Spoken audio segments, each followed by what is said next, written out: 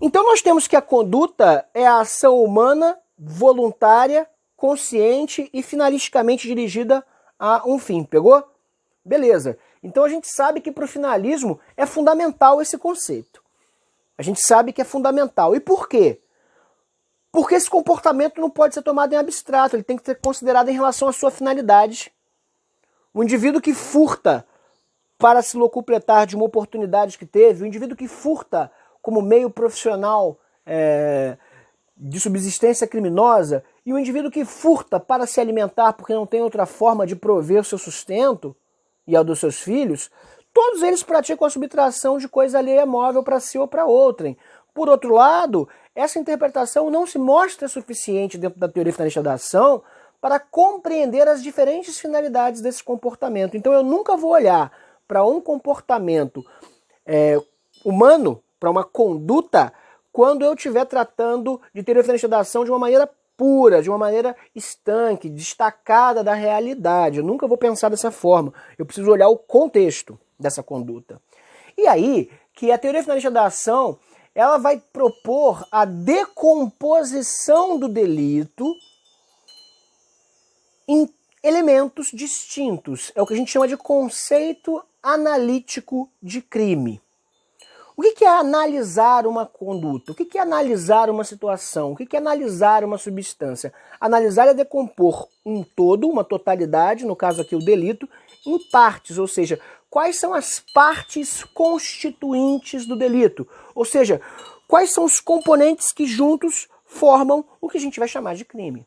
Por isso o conceito analítico de crime, dado pela teoria finalista da ação, é um conceito absolutamente fundamental para nós. Eu diria que ele é chave para todo e qualquer raciocínio jurídico dogmático e para a prática do direito penal. Se você souber isso, se você aprender isso agora, você tem um longo caminho pela frente numa carreira que for aquela que você escolher dentro do direito penal.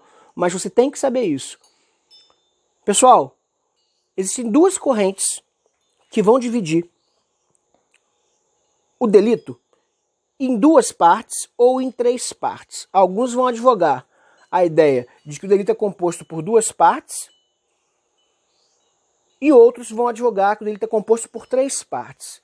Muito embora haja essa controvérsia, uma discussão fundamentada, os dois lados têm fundamentos interessantes, na verdade o que nós temos é que o delito, para um grupo chamado de teoria bipartite do delito, né? O grupo dos bipartites, aqueles que defendem a teoria bipartite do delito, ele vai dizer que o delito precisa de duas características ou dois elementos analíticos. Ou seja, o primeiro deles a tipicidade, o segundo deles a antijuridicidade ou a ilicitude.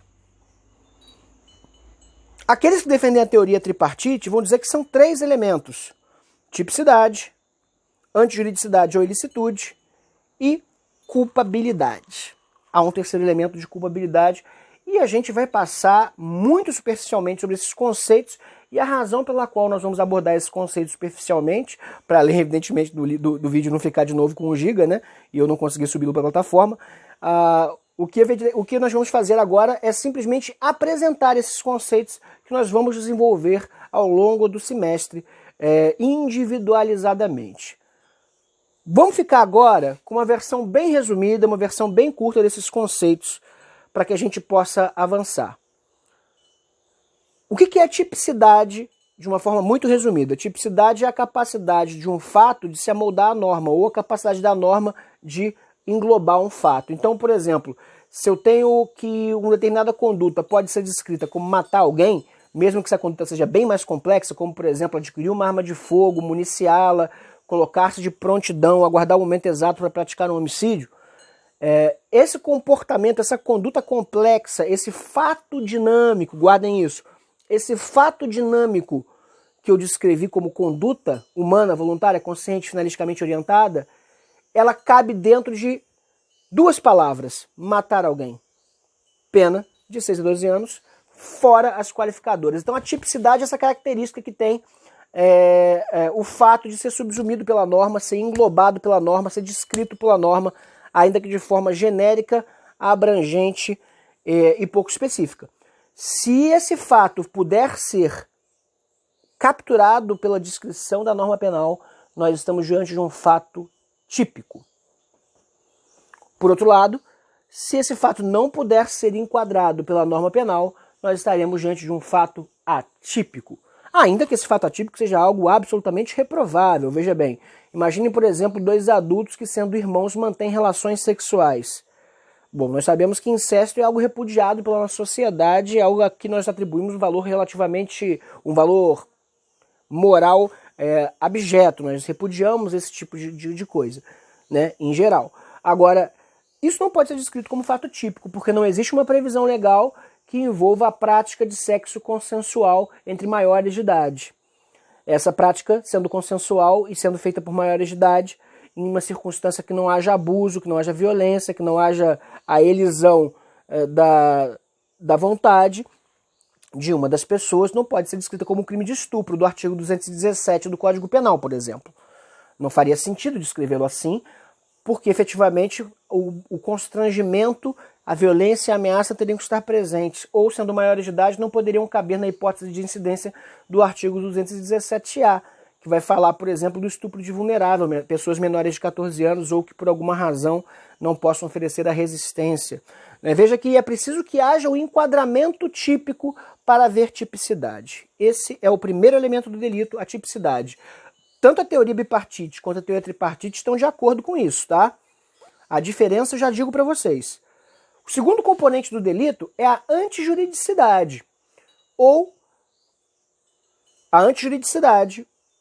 a ilicitude, tá? Embora hajam diferenças conceituais, a maior parte dos autores trata isso de forma mínima, né? E na prática acaba sendo duas características que são bastante semelhantes, não há uma distinção muito clara sobre os dois conceitos, os autores inclusive divergem sobre eles.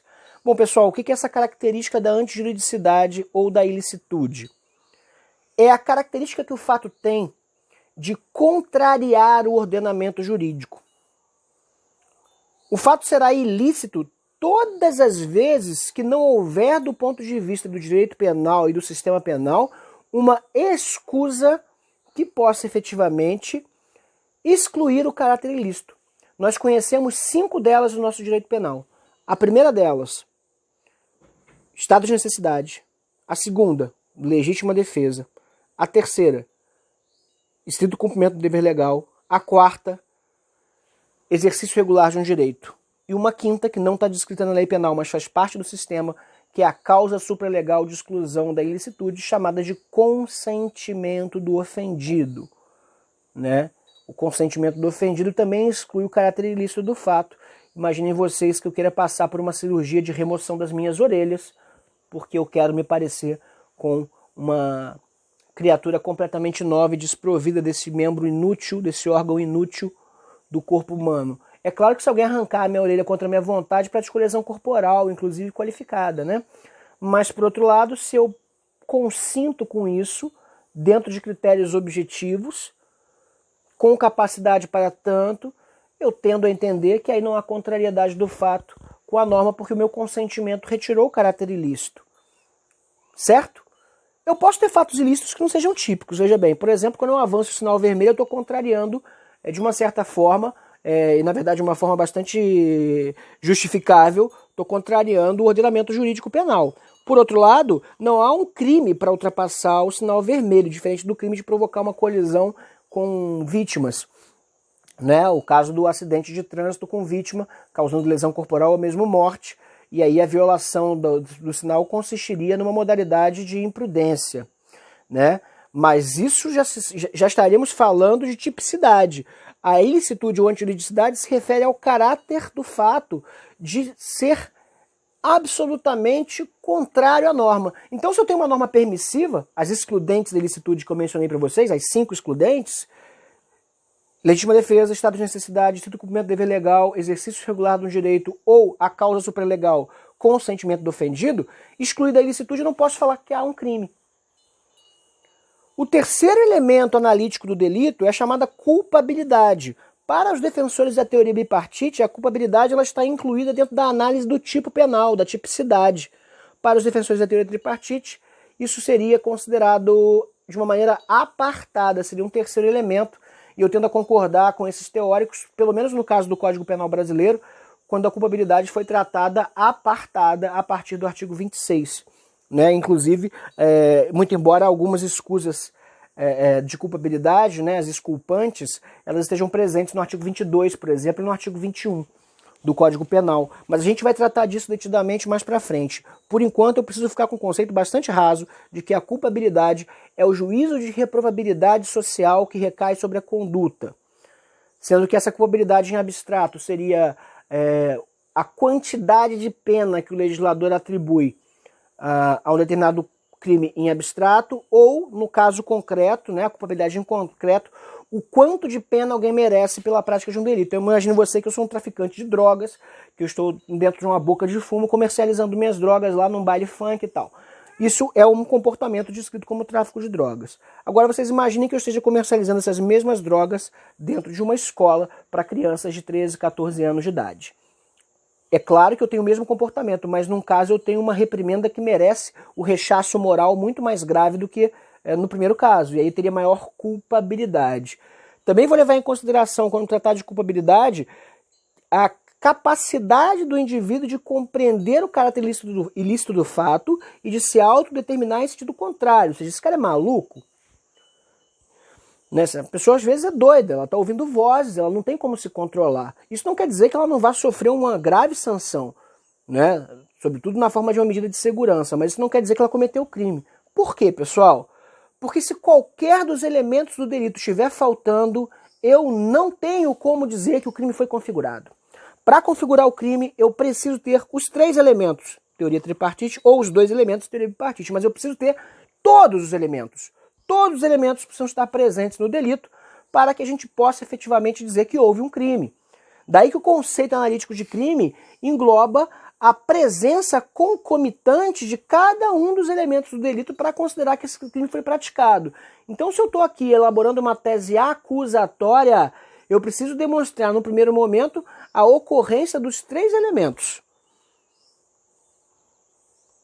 Se eu estou fazendo uma tese defensiva, eu preciso desconfigurar pelo menos um desses elementos. E aí essa é a linha geral do jogo da acusação e da defesa, desse jogo sangrento e maravilhoso chamado direito penal.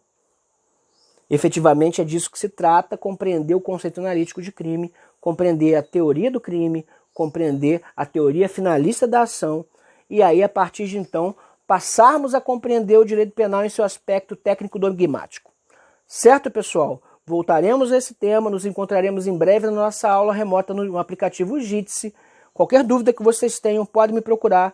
Eu deixei um podcastzinho, um arquivo de áudio mais longo, gravado para vocês também